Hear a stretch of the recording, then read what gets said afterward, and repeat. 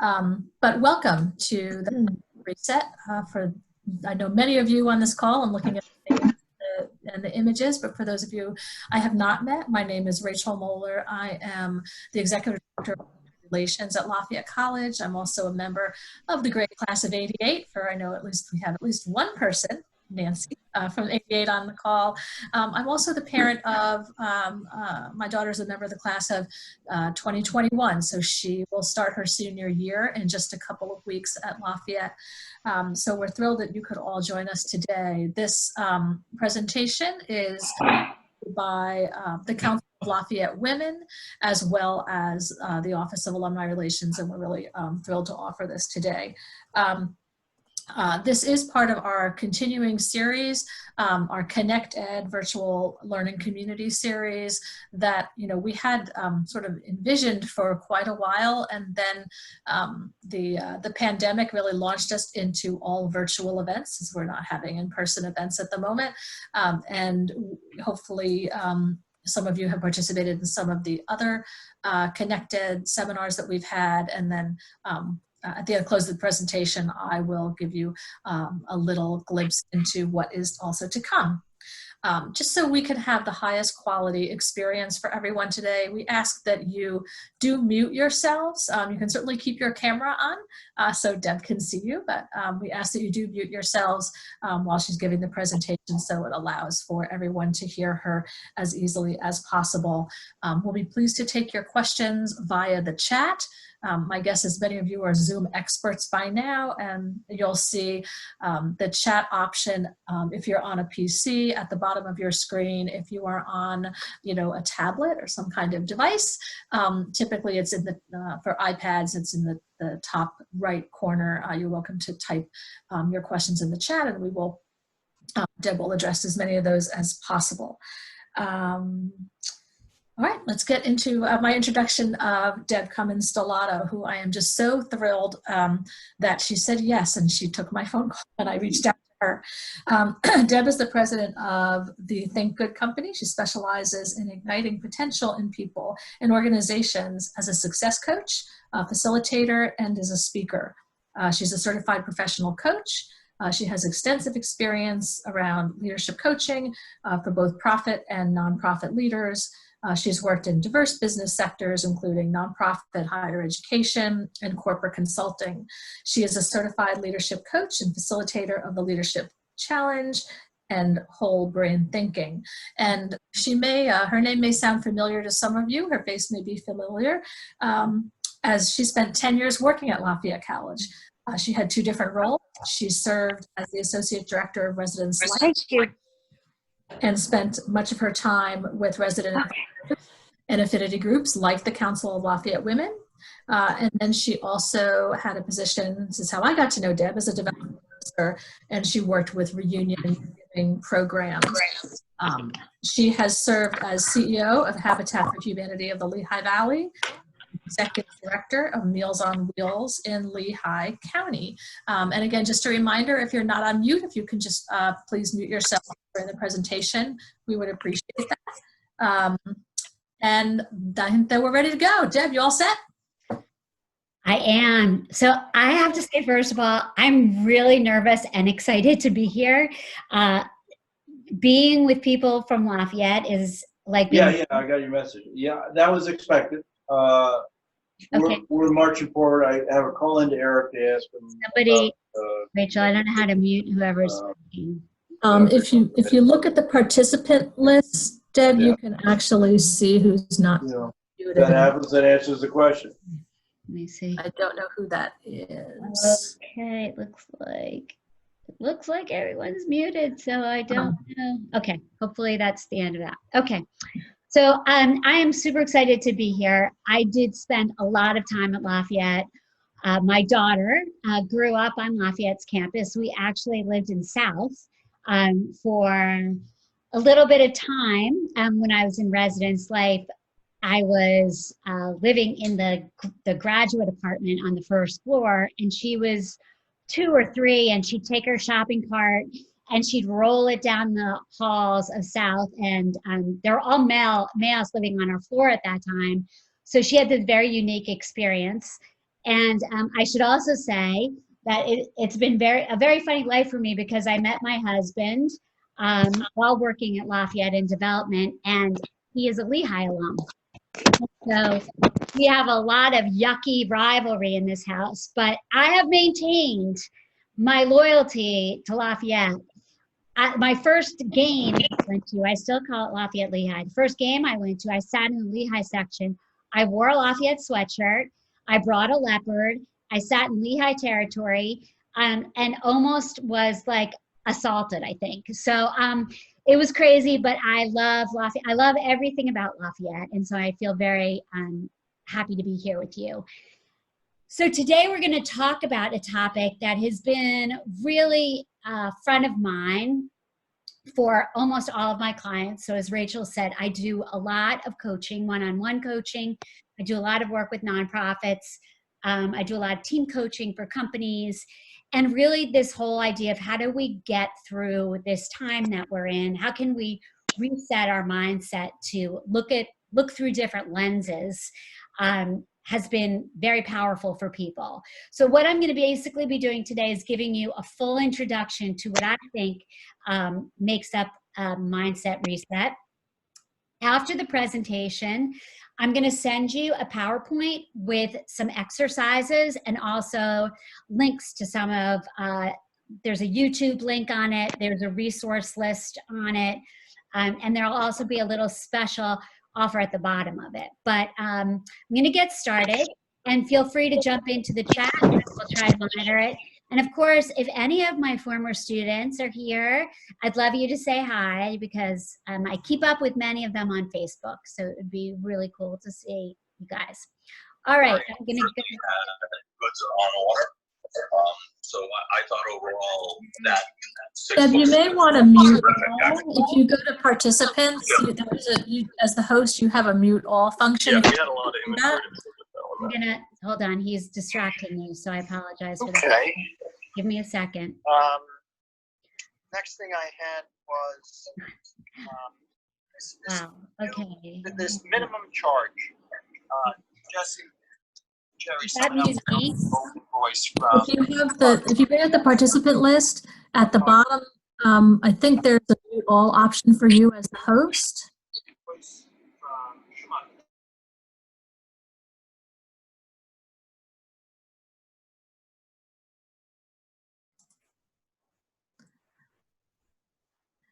Sounds like you got it.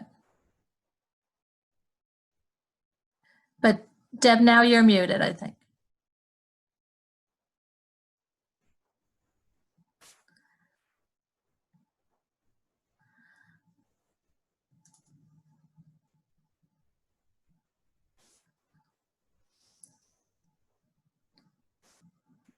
My apologies. You had seen the screen, right? And then it went away. No, I don't think we saw the screen. Okay, I'm letting my dogs out of here, and then we're done. Go. Okay. Technical issues, but we're fine. We got it together. Sorry, that threw me. Okay, here we go. You can hear me now. Can you see my slides now? We can see this, yeah. Okay. All the slides. Yep, there you go. All right, we're all good. All right, so the mindset reset. Let's get going with this. So I know this is a totally crazy question, but I just would like you to ponder for a second the notion that we are exactly where we're supposed to be. Like, what if we are exactly where we're supposed to be right now with the world the way it is? It's been interesting. I've been seeing so many people write about just the concept of us going through all that we're going through in the year 2020, right? How much irony is that? But what if we are supposed to be here on July 14th in 2020 together because something magnificent is going to happen that we're not even aware is going to happen? So just kind of put that in the back of your head. Today, what we're going to do is we're going to go through these levers of igniting your change mindset. And these levers have come to me over time working with organizations and with leaders, and really helping them to figure out how to think differently. So my expertise in all the work that I do is around thinking differently. So we're going to talk about choosing a growth mindset. We're going to be talking about courage. We're going to be talking about focus. We're going to be talking about igniting your energy, celebrating your success, cultivating curiosity about the new, and creating good boundaries for yourself for self-care. And please, I'd love you to jump in on the chat if you have any questions at all. That would be wonderful. I would love to be engaging in the conversation and engaged in the conversation with you. So, tons of research out there on this. And the really cool thing about mindset is that we can choose the mindset that we wake up with. We get a choice in this, and we can either have what's called a fixed mindset or a growth mindset. And I'm sure many of you are aware of this work, but Carol Dweck wrote the book on this topic. And we're going to talk a little bit more specifically about that. We'll talk about the fixed versus growth mindset. We'll talk about beginning with the end in mind, and we'll talk about this being really an incredibly powerful time to redefine yourself. So let's consider first the growth versus the fixed mindset. So a fixed mindset is around folks who might say, yeah, I've been like this always. You can't teach an old dog new tricks. It's fine. Everything's fine. I've always been like this, and I'm comfortable with where I am. It's worked. Like, look what it got me. I've done great things with my life. Growth mindset is really about choosing to change, grow, and achieve. So I'm going to speculate that everyone on this call, by showing up for a webinar in the middle of a day, in the middle of the week, you all have a growth mindset, or else you probably wouldn't have taken the time to do this.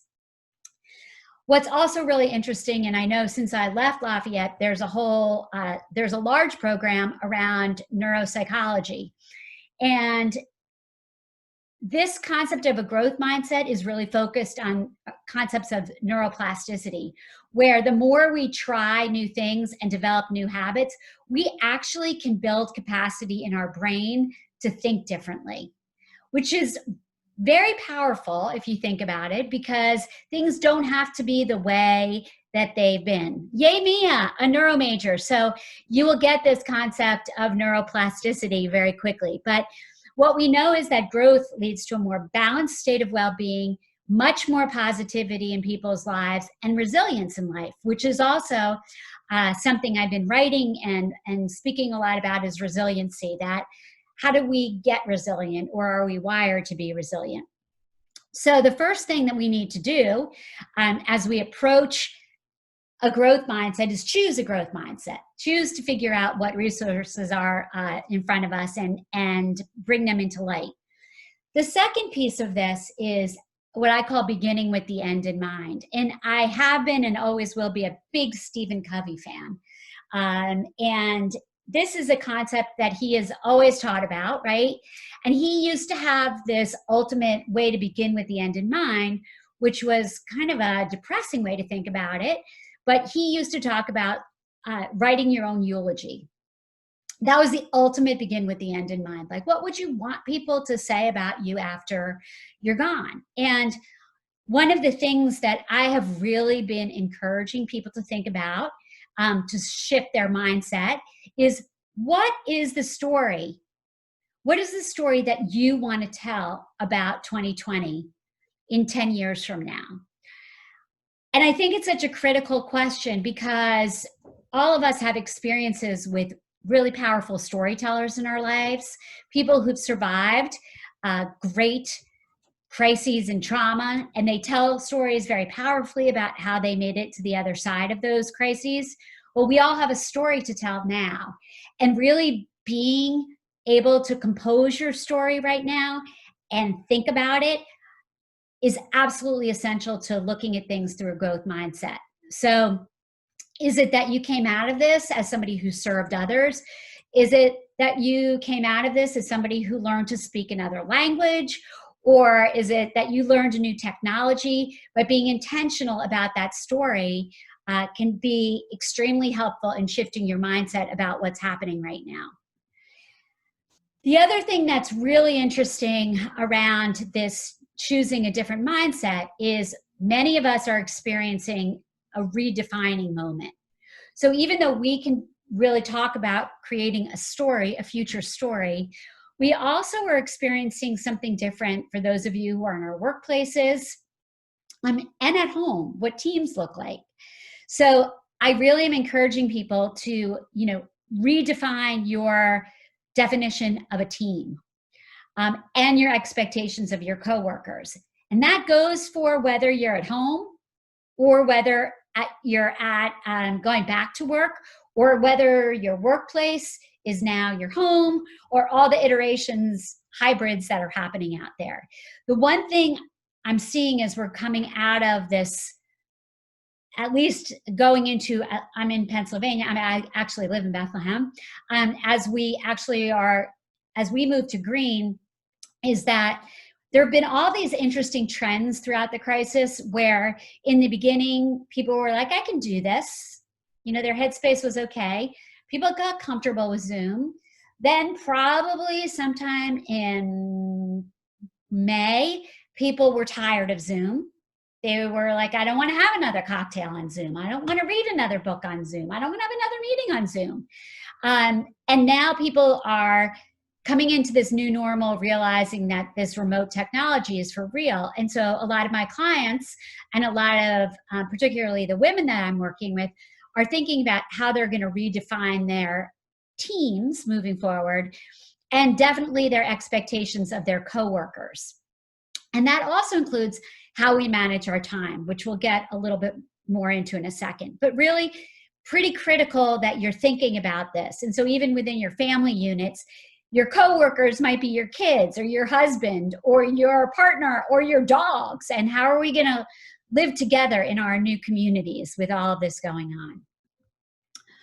So this is another exercise I'm going to send you, and then I'm going to take a pause and see if we have any questions. I have really been recommending an exercise I created called the COVID audit, which is really, again, in creating a growth mindset, thinking about what changes you've made. And in the workplace, this has been really fascinating for people, and I encourage any of you who are leading a team in any capacity to think about this as a tool with your team. Have everybody on your team, and you can do this at your home also, have everybody on your team talk about what's worked for them during the crisis. Use Post-it notes. So make one pile of Post-it notes of all the things that have worked. Make another pile of Post-it notes of all the things that just haven't worked. We had a good intention about it, but it's just not working for us. And then the other column is around what might be worth further consideration. So perhaps you tried something early on in the year, early in April, and because you were feeling an immediacy and an urgency, you tried something and it didn't work, but you don't want to throw it out yet because it still has some potential. And so I really recommend that as teams and as individuals on teams, you take a look at this and you ask people to share that information and create sort of a master list of that. Because what's really interesting is people are showing up with new tools that that each of us may not have heard of. So I might be using an app that you don't know about to keep organized. I might be using a collaborative tool that you may not know about, or a family calendar that people may not know about. So when you do this collectively as a group, you are creating a really powerful conversation. You're celebrating successes, and you're also saying, maybe some of these other things are worth playing with a little bit. So it's been very powerful for people who have tried this. I've done this work with the CEO of Martin Guitar, and she did it with her team. And she got some really great answers, and it makes people really think about what behaviors, what processes, what practices they've changed during this crisis. So does anybody have any questions or thoughts before I move on about this? And you can just add them into the chat, and I can see the chat, Rachel. So I'll give everybody a Jeopardy second where I'll sing the Jeopardy theme song. No, I won't do that, but I could in the chat. Okay. And again, those tools will be in the notes that I send out to you with the resources, so you can grab them there. Okay, so I'm going to keep moving forward. So thinking courageously. So I actually launched a podcast in January before this all started about what it means to think courageously. And what I'm sharing on this slide is my own, this is the name of the podcast, but also what I've learned about courage and what I've learned from my clients about courage during a crisis. So thinking courageously is about when you experience multiple challenges and you still believe in yourself and you can imagine a better future. And this is so important for resetting your mindset, because it's around recognizing, it's around resilience, it's around knowing we are continuing, right, on a daily basis. We're getting bad news. We're not even sure, we're like running in circles. We don't even know, we're like dogs, you know, chasing their tails right now. And we know we're gonna have to keep making these pivots. So experiencing the challenge, but believing enough in yourself and in creating a better future will really help you think courageously about where we are right now. The third thing I want to share with you is around focus. And again, all of this comes out of the work that I'm doing with my clients and what they're struggling with and what I'm struggling with. But this third one is around this challenge around focus that people are saying, and this I think has gotten a little bit better, but I think in virtual work environments, it's very hard still. Very, very hard. And the focus challenge is about looking at where we're spending our time. So urgent and important right now in this crisis is if you are somebody who's taking care of somebody that's having a health challenge in your own household, clearly that's urgent and important. Keeping your family safe, urgent and important. If you are leading a team, urgent and important around making sure that you're keeping them up to date and communicating as transparently as you can during this time. Then when we look in the lower quadrant in urgent, not important, and this was an interesting conversation. I just did a webinar this morning with 66 high school students about urgent, not important. And of course, they were talking about their distractions in social media. And so social media really shows up as urgent, not important. And every time we think we've moved from something, like, so I'll date myself, right? And I'm actually Muhlenberg class of 84, but I went from, instant messaging and AIM, right? To Facebook, to texting. Now, obviously, we have this whole triage system of how people get in touch with us. We might say, if it's really important, text us. If you really want to talk to us, call us. If you have something you just want to drop in with, you can do it on direct message. We have all these things that are distractions. And so we really have to be mindful of what we're putting in this urgent, not important place. I recommend doing things like time blocking to deal with things like your social media and your emailing. Really important. So I'm going to maybe check it twice a day. I'm not going to keep it on all the time. I'm not going to keep any of the chats on all the time because it's going to be difficult. Then we have the not important, not urgent, which is quite interesting because, we all are finding like we're all building our subscription list, right? We all are doing Netflix or Hulu, or we're doing whatever we have to do to entertain ourselves. And I would say that even if it's not important and not urgent, it's important in our self-care right now. Like we need some things that get our mind off the crisis. And then finally, the important, not urgent. The important, not urgent is where Covey talks about where the majority of our results come from. So people who are able to practice this quadrant see exponentially different results than people who live in the other quadrants. This is a planning mode, a researching mode, a writing mode, a thoughtful mode, a meditative mode. It's all the things that create space for ourselves so that we can get excited about what we're doing. And I am going to say that this has been really tough. And somebody wrote a question about, I do want to get back to the person who wrote a question about the nonprofit advisory board and COVID and clients. I'm going to say that all of these tricks can be used in the nonprofit space, the for-profit space, the things that I'm sharing with you. With this particular activity, I really encourage you to track your own time and to think about where you're spending your time every day. And we've created, before COVID, we have created a crisis around busyness. So before COVID, it was like you were important if you told people you were busy.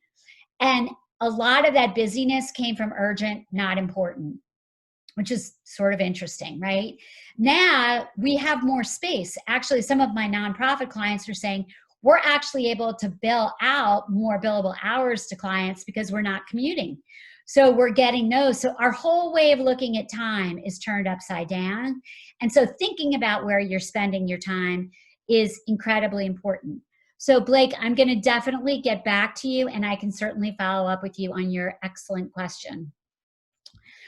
So one of the tricks with this around identifying your time is also, and I'm going to go through this slide pretty quickly, is doing the following to begin with the end in mind. Really make a full list of all the roles you play in your life.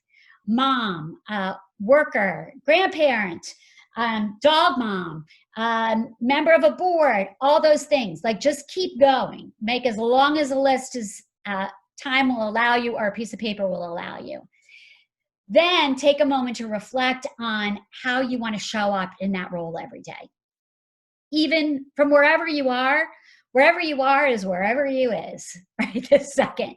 So if you have all those roles, thinking about, again, how you want to show up and create a goal for yourself around that role.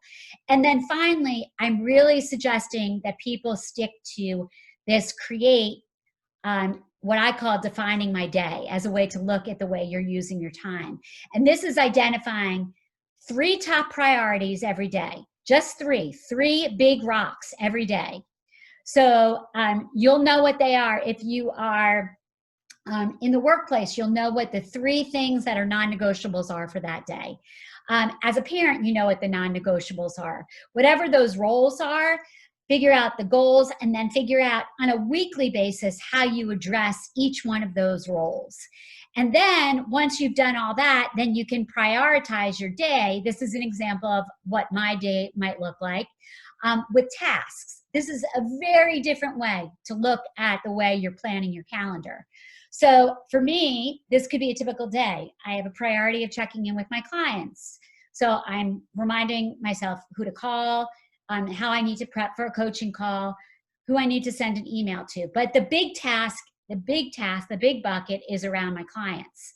So that's priority 1. Priority 2 is around marketing. You know, I own a business, so I'm recording a podcast some days, or writing a summary, or updating a social media calendar. And then a third priority for a day might be program development. So I might be doing any of these tasks. But I will say that using this method, and I give you a link to the actual planner I use for this, has been a game changer for me. When I don't use this, it's in a book, and they're by month. And I gave you the link in the PDF that I'm going to send you. I'm giving that to you. It's been a total game changer for me in terms of staying focused and on top of things. Okay, so I'm moving quickly, but I'm really excited about this one. So this next lever is around igniting your energy. And so I'm a trained social worker. I have a master's in organizational development. I've worked in, as Rachel said, in every sector. I feel like I've worked in every sector. And about 2 years ago, I decided that I really wanted to get certified as a professional life coach. And I had certification around leadership coaching for a couple of things. but I got my coaching certification, and the program that I went through, the core of it was around this concept of energy leadership. And that's why I was attracted to it, because at its root, it's about mindset. It's about leveraging your energy so that your energy works for you rather than against you. Imagine that. Your energy works for you instead of working against you. So I'm going to do a little bit deeper dive, and then I'm going to pause for any questions. So the concept of this, and I know we have scientists on the call, so the concept of this is based on, the scientific principles around catabolic and anabolic energy. Catabolic energy is destructive. It breaks things down. And from a neural plasticity or, a neuroscience perspective, when we are catabolic, we're producing hormones, stress hormones, that get in the way of us being really on our game. When we go above or up spiral to the anabolic energy, we're able to be in a place of constructing things, of creating things, about showing up really differently for ourselves and other people. So what's really incredible about this model is that it's super powerful for us as individuals, incredibly powerful for a team, very helpful for your family. It works everywhere. And I'm going to give you some more specific information, but this is really where a lot of the work I'm doing now with organizations is trying to help them shift from what they're seeing as catabolic energy to get above the line to anabolic energy. And this is a very simple explanation of this. But I want you to think of level 1 being energy being withdrawing. Like people just generally, when they're catabolic at the lowest level, these are, this is happening in your house when your teenager doesn't want to get out of bed. It's happening in your house when you don't want to get out of bed, when you'd rather just crawl under your covers and, withdraw, stay isolated. I think it looks like a turtle, right? If I'll stick my head out and nope, it's not safe yet, I'm going to go back in. And a lot of us are experiencing this. So that's a little bit about level 1 energy. And there's no energy there. Like we can't do any of the things that I talked about until we move out of this withdrawal, avoidance energy. The second level is combative energy. And I am experiencing so much of this with many of my coaching clients and the organizations that I'm working with, where they're just mad, right? They're mad at somebody. They're not accepting the personal blame on themselves for anything, but I'm mad at the governor. I'm mad at the local authorities. I'm mad at that restaurant. I'm mad at the person on my call. I'm mad, and I'm going to get into a mode of conflict, and I'm going to take it on. I'm going to fight, and I'm going to win. This is ridiculous. So we're seeing a lot of that level 2 energy showing up.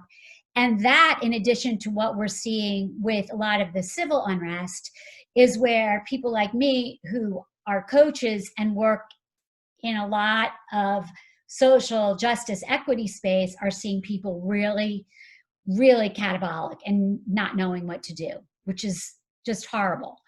So the next level, which gets you a little bit out of those 2 other catabolic places, our level 3 is just tolerating things. So an expression used by people who live in level 3 is, it is what it is. How are you? I'm fine. How's everything going? It's okay. It is what it is. We're fine. And a lot of people obviously are using this level of energy right now to show up because it's a little bit more anabolic, and it's also taking responsibility for ourselves, right? So we're stopping being mad at everybody and saying, what can I do to make this more tolerable for myself? Maybe I'm rearranging things in my house so that I can have a workspace that is more acceptable to everybody, and we'll keep, things going. So I'm going to do that while we're here because then I can tolerate this longer. The 4th level is around service. And this is where you start to really see the shifts in people, where they're saying, and what you saw so much in the beginning of this crisis, and I think it's dampened a little bit, is people saying, how can I help other people, right? How can I help? How can I help my neighbor? How can I help my friends? How can I show up differently? How can I come from a heart-centered place versus just what's in it for me? So in a service mentality, we're really in care and concern for other people. The one thing about the service mentality is, and I'm going to just call it out because this is what I see, I work with a lot of nonprofits, and a lot of those nonprofits are made up of people who show up at level 4, but they also give all of their level 4 energy away to everybody at work. You know, you don't end up working as a helper without always wanting to show up that way. And if you don't create good personal boundaries here, it can be pretty exhausting and not healthy long-term. Level 5 is around opportunity. So opportunity becomes the key word at level 5. It's around, well, how can I take what I'm learning and do something maybe really different than we've done before? So personally, what's really been interesting for me is a lot of my coaching clients, my coaching business has actually been growing because people are saying, like, this is a really good time to make a shift. Like, I'm not okay just tolerating where I've been. I don't even know how I'm going to go back to a workplace that I've been in before. And so they're thinking about what opportunities are available. And then people are thinking about synergy at level 6, which is really where joy and wisdom show up, which is really being at peace and everybody having a win-win mentality, and really creating teams and synergistic teams that are working to serve all the levels below and are aware of all the levels below. And 7 is, it's not showing up a ton these days. It's around peace, and it's very Zen. And some of it's around, you know, the moments when we feel like we are fully present. We're fully present in something and there are no distractions and we are in flow, and it just feels like we, you know, we're in this incredible space. I like to describe it as a place where all of the energy levels we can choose from. So all of those energy levels kind of come together, and I'm picking and choosing where I'm going to show up every day in my life. And it's pretty powerful. So here's some interesting things that happen to people when they focus on moving their energy around. It inspires you. It helps you gain purpose back. It helps you make quicker decisions, helps you reduce stress, gets you more engaged, and it actually helps you to access your personal genius. And how would that serve you now versus where you are, right? What is that personal genius that you're excited about? So I want to take a quick pause here and see if there are any questions about this model and see if you have any thoughts about this. And I am going to sing the Jeopardy song, and I am going to expect some chatting here. So do do do do do do do. I'm not a singer. Do do do do do. Because I know there's a lag, but I'm sure you all have tons of things to say here. So how would it serve you to show up at a different energy level? And you can also, you know, can you please? Yes, I'm going to go backwards. So somebody wanted this. How would it serve you to change your energy level?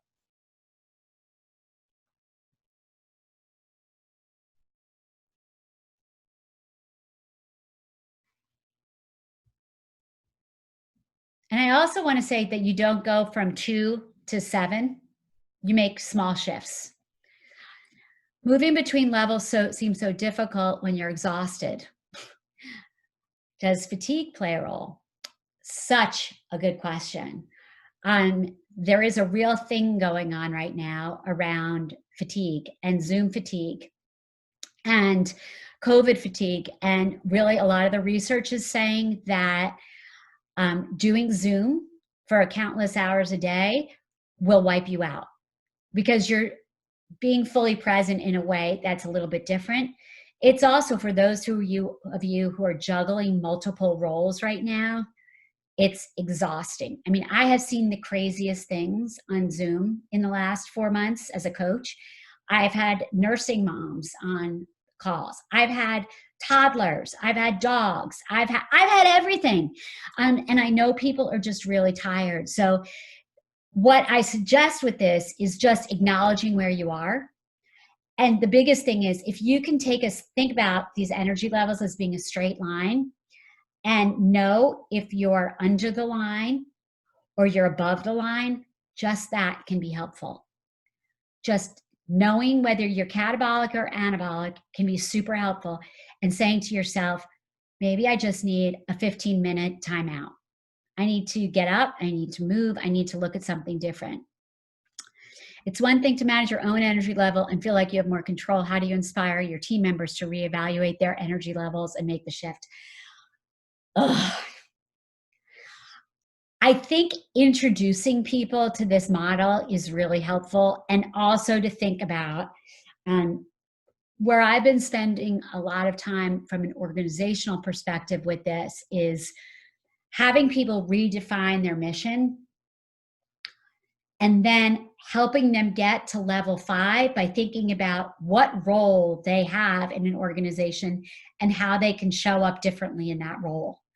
And what it's doing is it's taking them from a very catabolic place to an engaged place, and helping them to be part of thinking differently about the future of their organizations.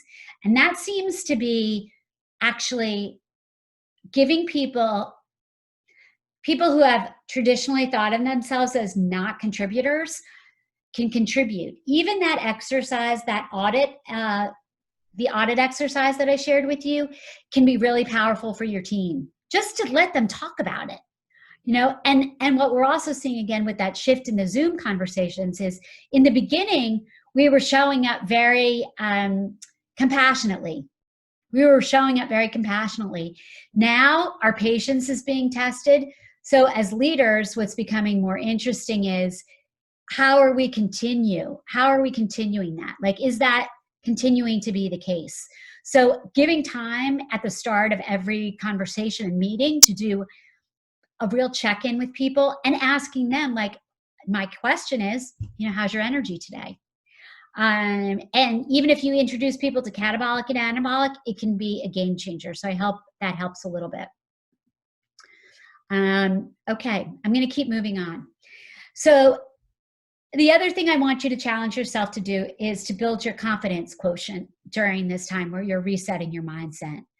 And your confidence quotient comes from, if you're a person who's, whatever it is that you're doing, it's where your skill set for whatever it is that you're doing and your energy and attitude come together, right?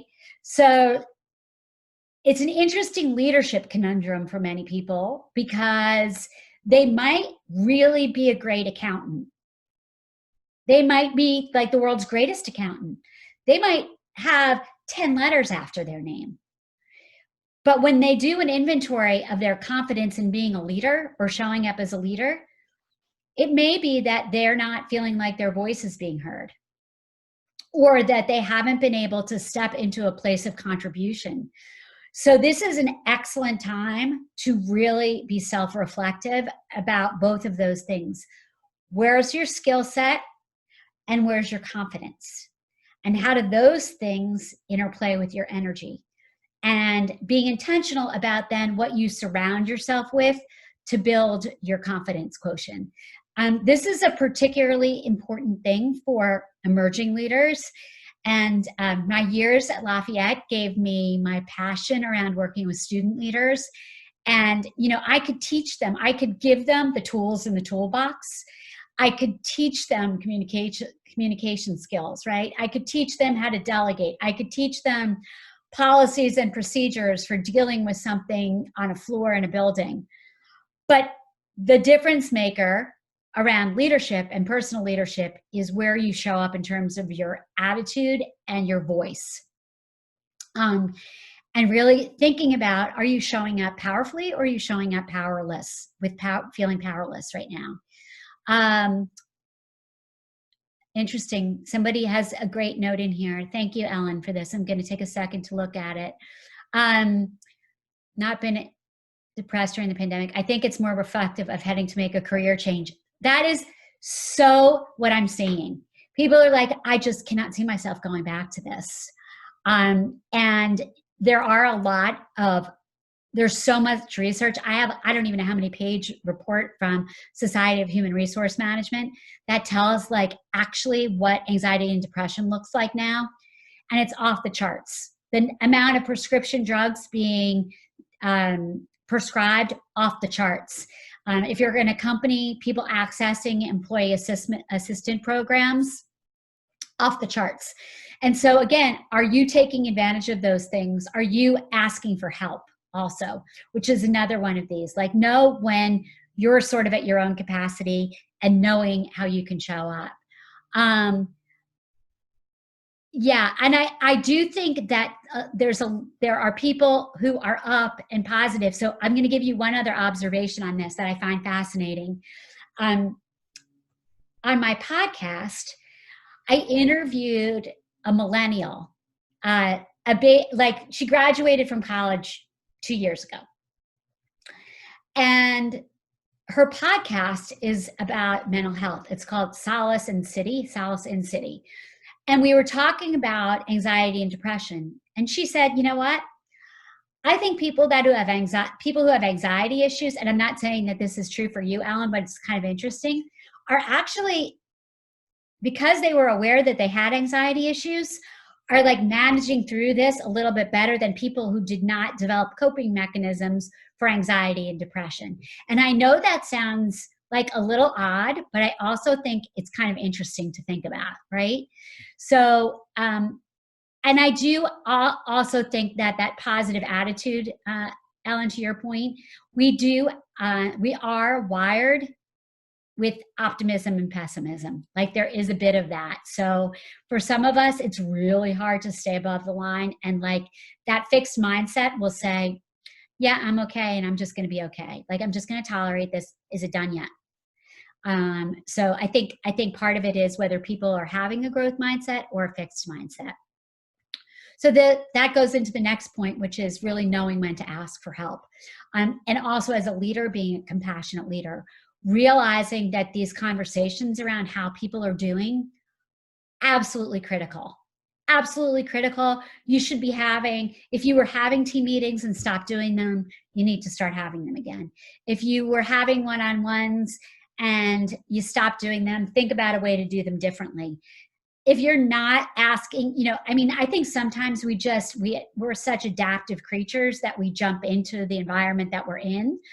But now that we're at a place where we're going to have to learn how to run a marathon, not a sprint, going back and thinking about what it's going to look like to ask for help. Also redefining success for yourself can be really important. And again, that's a topic that we talk a lot about on Think Courageously on the podcast, because people are saying, I don't even have a plan now, right? The nonprofits I work with are saying, strategic planning, I can't even get through next week planning. How does this apply to people that are not yet employed, just graduated? Mia, I'd love to be able to chat with you offline, because it is a challenge. Like I don't want to minimize the fact that it's really hard. And I think there's a continuum of stories, right? For those of us that are middle-aged or seniors, we're thinking like, really, is this how we're going to have to spend the rest of our lives? And people who are millennials and young are saying, is this how I'm going to have to live my life? So I think we're all looking at things from a totally different lens. And we just have to acknowledge that we're looking at things through different lenses. It's challenging. It's really challenging. But knowing when to ask for help, sometimes you need just somebody to help you click a restart button. And that can be really helpful in finding communities that you didn't expect to find communities with. They might be on Facebook.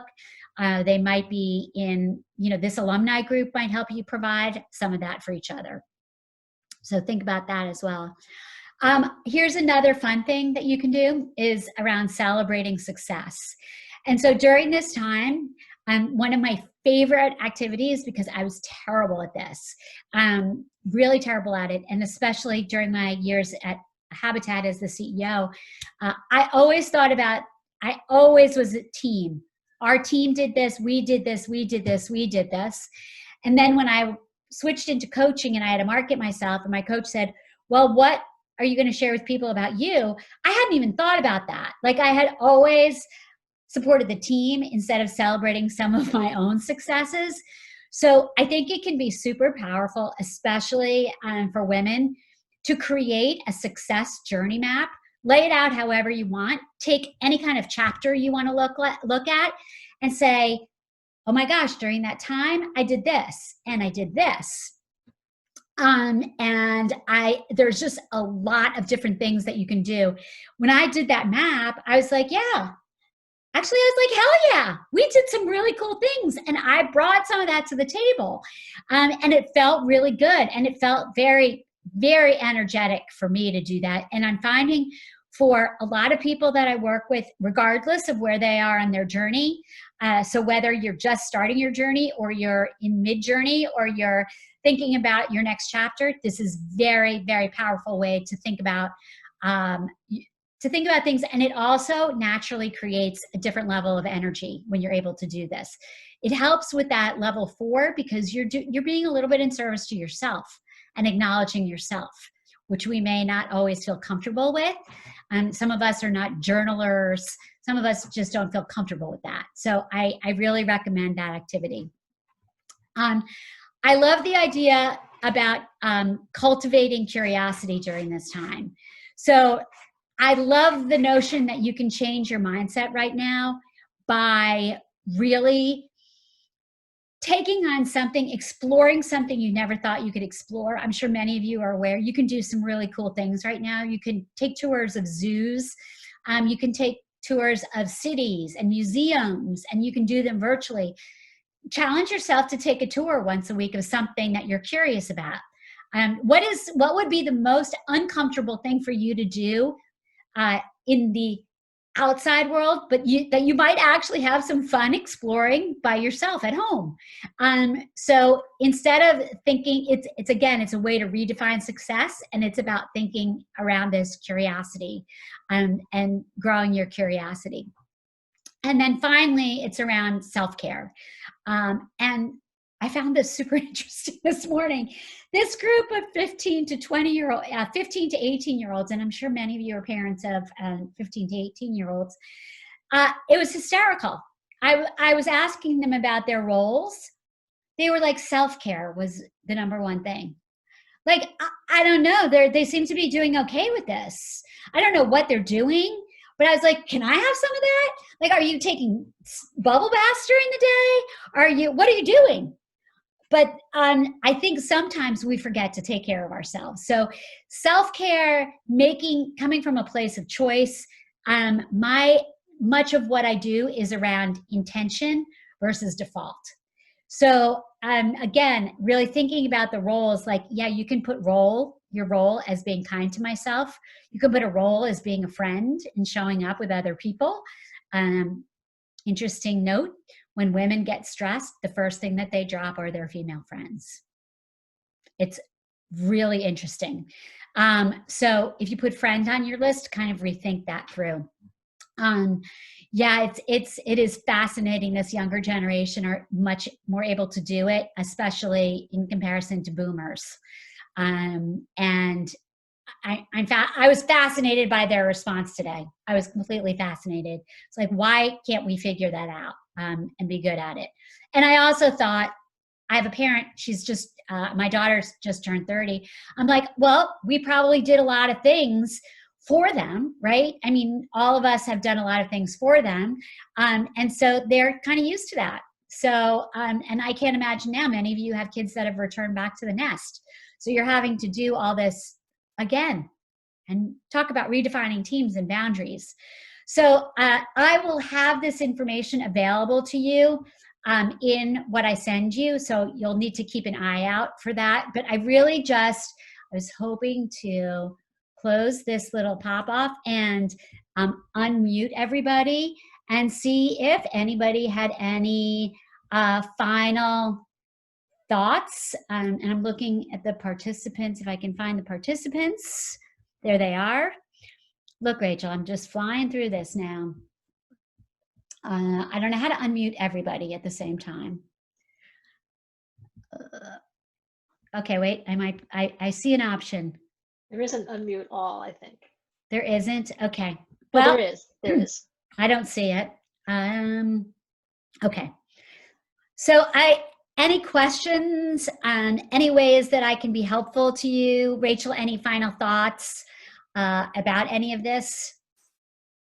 Well, this has been great, Deb. I've been taking notes furiously, and I think others have as well. You know, we've seen some really nice comments in the chat, and you know, I guess what I would ask would be, and my guess is the folks who have joined this, like me, this is not the first you know, webinar presentation that we've done on these types of topics of really, you know, looking at yourself and how you approach your life and, you know, sort of cleaning things out of it. Do you have, I guess, do you have advice or a suggestion about how we take the enthusiasm that we have right now in this moment, listening to your presentation, and then not have that get lost and sort of pushed to the bottom of the list when we move on after 1 o'clock? Sure. And also I have unmuted you all. I believe that I did. I think so. What I would suggest, it's a really easy thing to do, is for, and Rachel, you're not in the office, so this wouldn't be necessarily a fair test of this now, but I really encourage people to keep an energy journal for 3 to 5 days. And you'll get that list in the PowerPoint, the 7 levels. And just at different times of the day, just in a separate notebook, just think about when you're going below the line. Because what we know is once we're aware that we're going under that line, we're able to shift our mindset to really show up differently. And that can be incredibly powerful. And it's easy to do. It's easy to do. Did somebody else have something that they wanted to add? I might have unmuted somebody, but I'm trying to unmute all of you. Nope, now I muted you out. This is too powerful for me. I don't like it. Too much power. I'm going to say mute. No, I don't. I want them to talk. Anything else?